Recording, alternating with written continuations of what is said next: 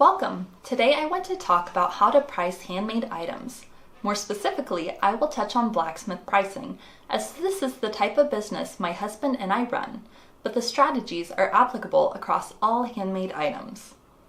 We get a lot of questions from our viewers asking how to decide on pricing for an item.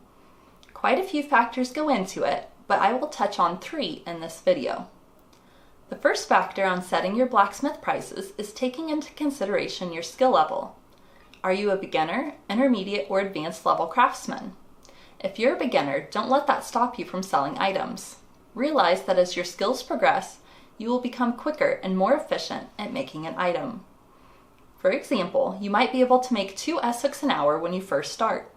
After much practice and with some tooling, you may be able to knock out 8 or more S-hooks in an hour, effectively quadrupling your income for that hour in the forge. It is possible to make big profit from small things.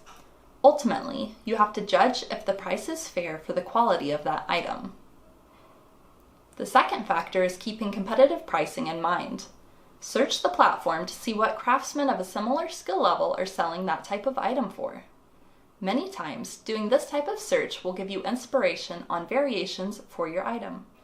For example, instead of just offering a plain S-hook, you may see that offering a twisted S-hook or an S-hook in a different material would set you apart and allow you to charge more for your products. I have written an ebook titled Blacksmith Cheat Sheet, Pricing and Keywords for 50 Hand-Forged Items that outline forged items that you can sell with their price range and keywords to include in your listing. The link is in the description, and I'll include more info about that at the end of this video. The third factor to consider on pricing blacksmith projects to sell is to see what items are actually selling for. This requires finding shops on your platform that have a high sales volume in your niche, whether it be blacksmithing or otherwise. You can look at the reviews to see what items people have frequently been buying. Also, on some platforms such as Etsy, you can see the sold items for the shop if the shop owner has not disabled that option. Additional factors I'm not touching on in this video, but do affect your pricing, would include the amount of time you have into a project, if you are aiming to receive a certain hourly wage, and also materials cost. I am offering an online course that delves into this subject and guides you through doing the research necessary to maximize your sales and income. Once this course is posted, you will find the link in the description below. I created a resource to help blacksmiths know how to price their items. As I've mentioned, my ebook called The Blacksmith's Cheat Sheet shows 50 of the top-selling hand-forged items and reasonable price ranges, variations that could be offered for the particular product, and keywords that you can include in a listing if you sell online. An example is shown here.